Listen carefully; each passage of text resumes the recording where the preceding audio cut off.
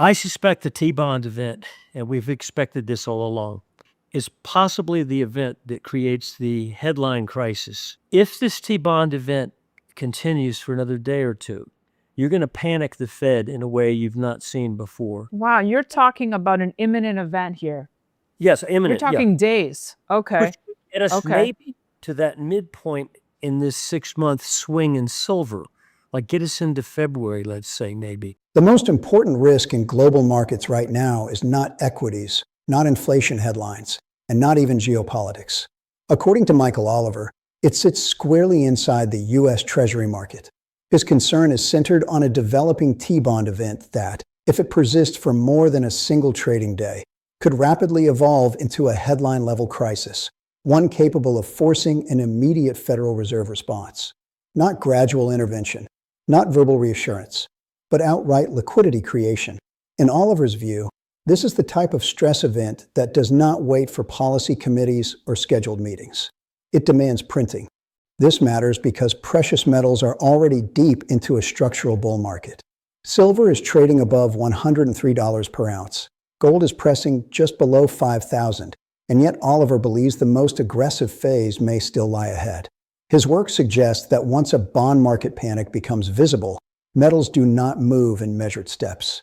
Historically, they accelerate violently. In prior episodes of monetary stress, silver delivered five-fold advances within months, not years, and Oliver believes the current setup is materially larger than anything seen in the past. What makes his outlook particularly important is timing. Oliver is not discussing something distant or theoretical. His analysis places the potential bond market flashpoint near the midpoint of this advance, possibly as early as next month. That event, if triggered, could mark the transition from an already powerful bull trend into a vertical phase, one driven not by speculation, but by forced policy response, collapsing confidence in sovereign debt, and a growing global preference for monetary assets that cannot be printed. In this discussion, Oliver walks through why silver's repeated pullbacks are not signs of weakness, why market hesitation is actually confirming the trend, and how historical precedents from 1980 and 2011 are shaping his current projections. We'll also explore why gold's trajectory into 2026 may run even hotter than most investors expect, leaving silver positioned to outperform once again. If you value disciplined technical analysis, long-cycle thinking, and a framework that cuts through daily noise, make sure you stay with us through the full breakdown. Click the like button and subscribe to the channel for more expert analysis. We appreciate the support and hope you enjoy the video. That was a question that kept coming up. I want to sell my silver, or whatever silver that I have been collecting in my desk over all these years, and put it all into gold. I know. There'll be a point, this is something we do for our subscribers, aside from trying to get their attention off the day-to-day swings in silver. We've been telling them for months, if you see a 10 to 15% drop and it looks like hell on a daily chart, buy it anyway. And if you go back over the last handful of months, and every time you see a 15 or 8%, 10% drop, if you bought it instead of selling it, you're way ahead of the game, okay? Somebody knows that, because somebody's buying it, not just somebody, but bodies. But you still have this overwhelming doubt. Here's an analysis I gave my son this morning. I noticed that before silver would hit a higher gold even, like back in April, and gold went sideways for 5 months. Doubters. It didn't break down, but they capped it.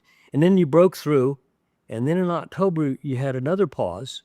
The pause was only then a couple months, shorter time span, and then you jolted again.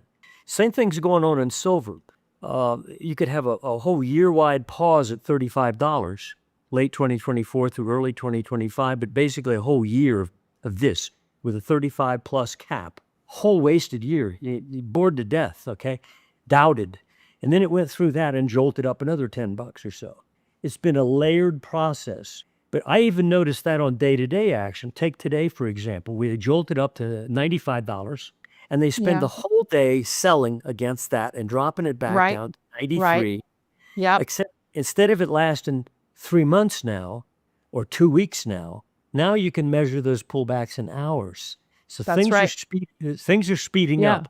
I suspect the T-bond event, and we've expected this all along, is possibly the event that creates the headline crisis.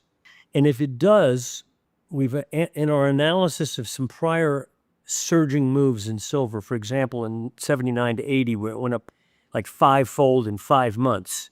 Yeah. September 2010, April 2011, up double and a half in 7 months.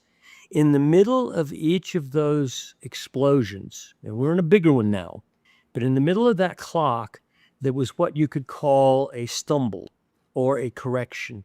For instance, in January 2011, in the $20 plus range, you had a monthly reversal in silver where it made a high and then closed down on the month. So price chart technicians would say, oh, that's a reversal month. You turned around the next month, it blew the lid off of it again, even more than you'd done. But you had a midpoint stumble.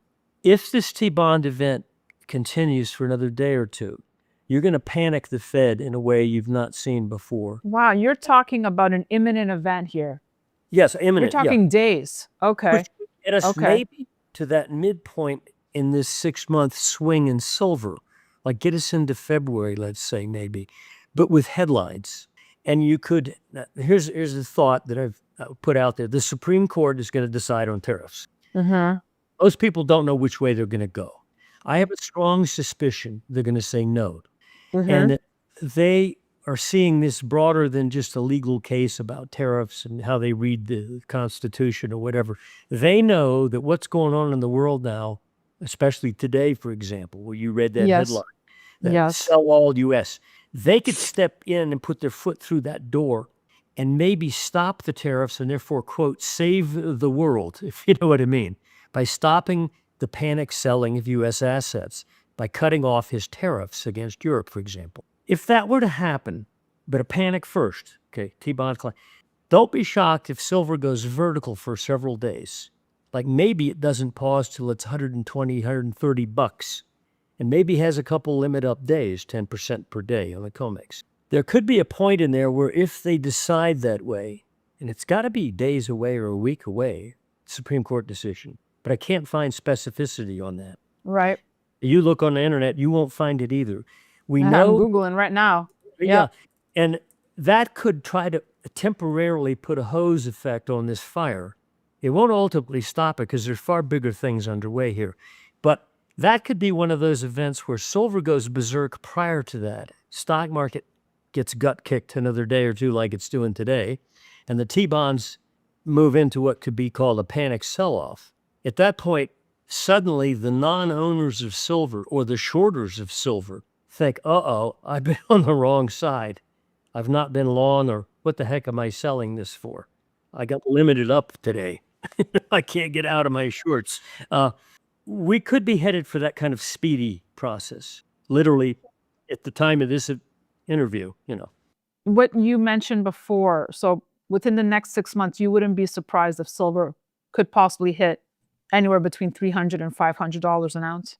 Yeah, with a jiggle. No doubt With the I jiggle, think there right. will be a jiggle in the middle that will scare the heck out of people, even the ardent silver bulls. Picking up from Oliver's analysis, the key message is not about day-to-day price movement, but about structure. Silver's advance has unfolded in layers, extended consolidations followed by sharp repricing events. Earlier in the cycle, these pauses lasted months. More recently, they've compressed into weeks. Now, Oliver notes, they are shrinking into hours. That compression is critical because it signals a market transitioning from accumulation to acceleration, where corrections no longer relieve momentum the way they once did. This is where his focus shifts toward the next catalyst. As silver's internal rhythm speeds up, Oliver begins to frame the broader macro trigger, one that does not originate within metals themselves, but from stress in U.S. treasuries, policy uncertainty, and the potential for disorderly liquidation of American assets. That framework sets the stage for his wider outlook, where precious metals are no longer reacting to inflation narratives alone, but to a deeper breakdown in confidence across monetary systems. Gold would be way north of 5,000 at that point. Yeah, I think, what if, for example, gold hit 8,000 and did its, quote, normal eightfold move? It's done it twice prior to bull markets or eightfold. Yes. Or to do it again. Yeah. That's not exceptional. That's just doing it again, okay? And it goes to 8,000, and silver goes back to its spread relationship of gold would have had in 2011, where we were 50 bucks It's 3.1% the price of gold. Well, what's 3% of 8,000? Pretty nice number. But when you factor in also Eric Sprada, a friend of mine, you know who he is. Yes, of He's course. been making the argument in speeches that, if you take the money supply and factor that into the price of silver where it was in 1980, and notice the money supply growth since then, or 2011, and note where the money supply growth has been since then, what percent gain, then, add that to those two highs and you come up with numbers well up in the couple $100 just to match the real buying power of silver at those two peaks. And I hope more people are waking up to the reality that the money that they have in the bank, the cash, your US dollar bills, Canadian dollar bills, whatever you're holding, is dying every day. Your purchasing power is dying. Do you feel that more and more people are understanding this, Michael? No, they're seeing the effects, the consumer price effects. And I think on oil, we analyze it closely, and commodity complex. As far as we're concerned, the commodities are starting their next bull leg, much like that 2020 to 2022 doubling in the price of the Bloomberg. I think we're going to start another one. Oil's the laggard, and it's the one where President Trump said, I'm going to keep gas prices down. Right now, our technical analysis of oil, forget all the headlines, because the headlines are, all the fundamentalists say we're going to 40. Fine, I love that. They'll get ambushed. The technical suggests about a handful of dollars above where you're trading, less than a handful of dollars above where you're trading right now as we speak, which is back above 60. You're going to trigger some technicals that could violently move oil up out of this 60, 70 range, and probably on the first thrust get us into the 90s. A 50% increase from recent prices. That would jolt, again, the average Joe when he pumps that gas and sees the clicking. Even then, that's how he sees inflation. He doesn't see it with the money growth. He really should, because every decade, about an 80% increase to 90% increase in the money supply. So like when your granddad built the house, it was $4,500. When your dad built one, it was $45,000. Median home now is $450,000. What's going on? Decay in the money unit over, one very long human lifetime. Exactly. And that awareness, people don't look at that factor. They look at CPI and stuff like that. But that will be impacted, of course, by increase in the money supply. So when they print more to save the bonds, gold will go berserk because it's real money. Half the world already realizes that and is starting to shift to maybe going to gold again. And the Western world, which is a laggard on that issue, might, if they get into a crisis, finally say, hey, this hasn't been working. Maybe we should go back to, Or they're going to look at stable coins. No opinion on that. We have a negative view on Bitcoin. I know that. We were negative months ago before it had its recent crash, and I think it's going at least to 60,000, probably, sometime in the first half of this year. That would be a total wipeout for anybody in Bitcoin over the last handful of years. I mean, you were 127,000. They're going to cut you more than in half. And I think any talk of at least crypto being an alternative money unit will go out the door. And already it's starting to, where the crypto people are starting to recognize, look at gold. Michael Oliver's outlook for silver and gold is ultimately grounded in one central idea. Markets do not reprice monetary assets slowly once credibility is questioned.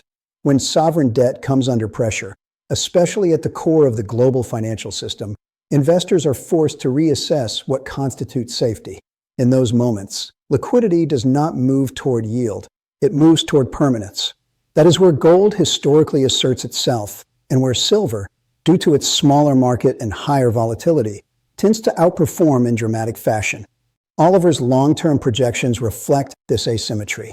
If gold advances toward $8,000, a move consistent with prior multi-year bull structures, silver does not need speculative excess to reach multiples of its current price. Merely reverting to its historical relationship with gold places silver in the several $100 range. When adjusted for decades of monetary expansion, those levels are not extreme. They simply restore purchasing power parity lost through sustained currency dilution. What makes the current cycle especially compelling is the policy backdrop.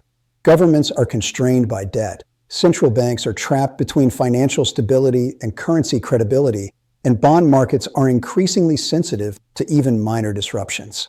Oliver's work suggests that when authorities inevitably choose to stabilize bonds through monetary expansion, the response in metals will be immediate.